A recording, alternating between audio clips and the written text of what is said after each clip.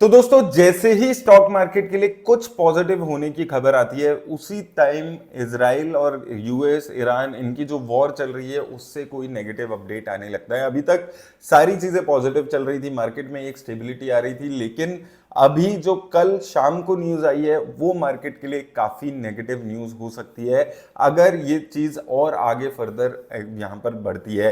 तो ईरान के हिसाब से स्ट्रेट ऑफ हॉर्मोज को क्लोज कर दिया गया है दोबारा से, और जो शिप्स है उनको दूर रहने के लिए बोला गया है एमिड लेबनन एस्केलेशन। तो लेबनन में एस्केलेशन हो गई है।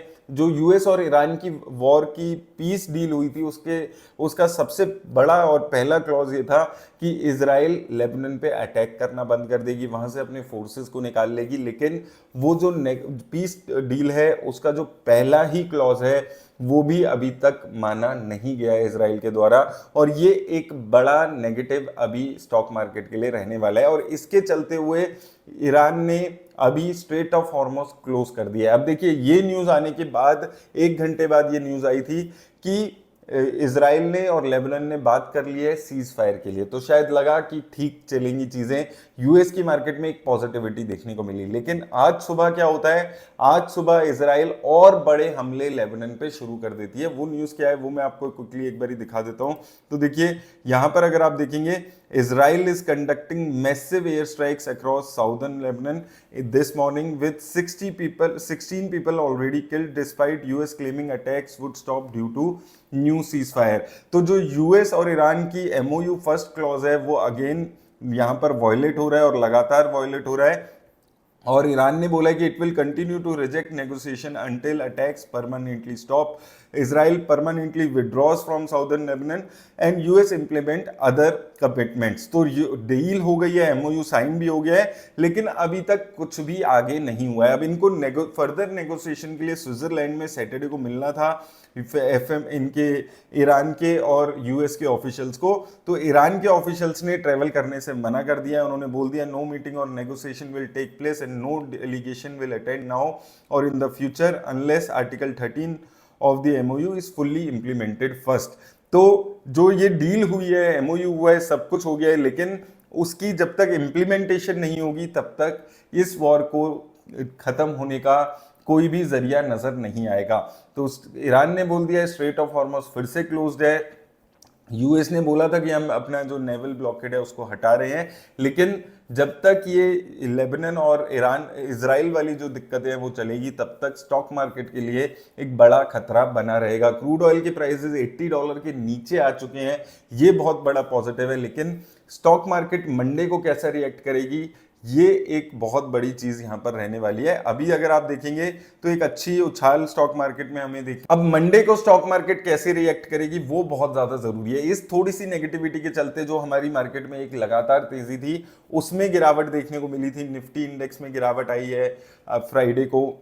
इसके अलावा जो बाकी इंडेक्सेस थे उसमें थोड़ा सा ठहराव देखने को मिला था, लेकिन ओवरऑल मार्केट में पॉजिटिविटी हमारी बनी हुई थी। लेकिन अगर इसके चलते, इस न्यूज के चलते, अगर ये सैटरडे आज हो गया ऑलरेडी, संडे को भी ऐसी नेगेटिव न्यूज रहती है और इसके चलते कोई बड़ा क्रैश अगर मार्केट में देखने को मिलता है तो एक चीज याद रखिएगा, एक बड़ी अपॉर्चुनिटी है। तो स्टॉक मार्केट मंडे को कैसे रिएक्ट करती है उससे आपको रिएक्ट नहीं करना है। अगर नेगेटिवली रिएक्ट करती है, मैं पहले भी कई बार बोला है कि लमसम करेंगे तो ही मार्केट में पैसा बनेगा। और कब लमसम करना है, जब मार्केट में बड़े क्रैशेस देखने को मिले। तो अपना पैसा तैयार रखिए। अगर ये न्यूज के चलते और थोड़ा मार्केट में गिरावट देखने को मिलती है तो उस अपॉर्चुनिटी को, अगर आपने पहले अपॉर्चुनिटी मिस कर दी थी, उसको मिस नहीं करना है। निफ्टी के लेवल्स की अगर हम बात करते हैं तो निफ्टी के लेवल्स अभी 24,000 के, वो जो हमने बात की थी 24,000 के लेवल्स पे बड़ा हर्डल है, वही 24,000 के लेवल्स के हर्डल पे ही अभी चलते हुए नजर आ रहा है। अगर आप देखेंगे 24,100 के आसपास गया, फिर गिरावट आई है। 24,200 का पहला ऊपर हर्डल रहने वाला है, उसको जैसे ही क्रॉस करेंगे तो 24,500 के ऊपर लेवल्स खुलते हुए नजर आ रहे हैं। अल्टीमेटली लेवल्स हमारे 26,000 के रहे हैं, 26,300।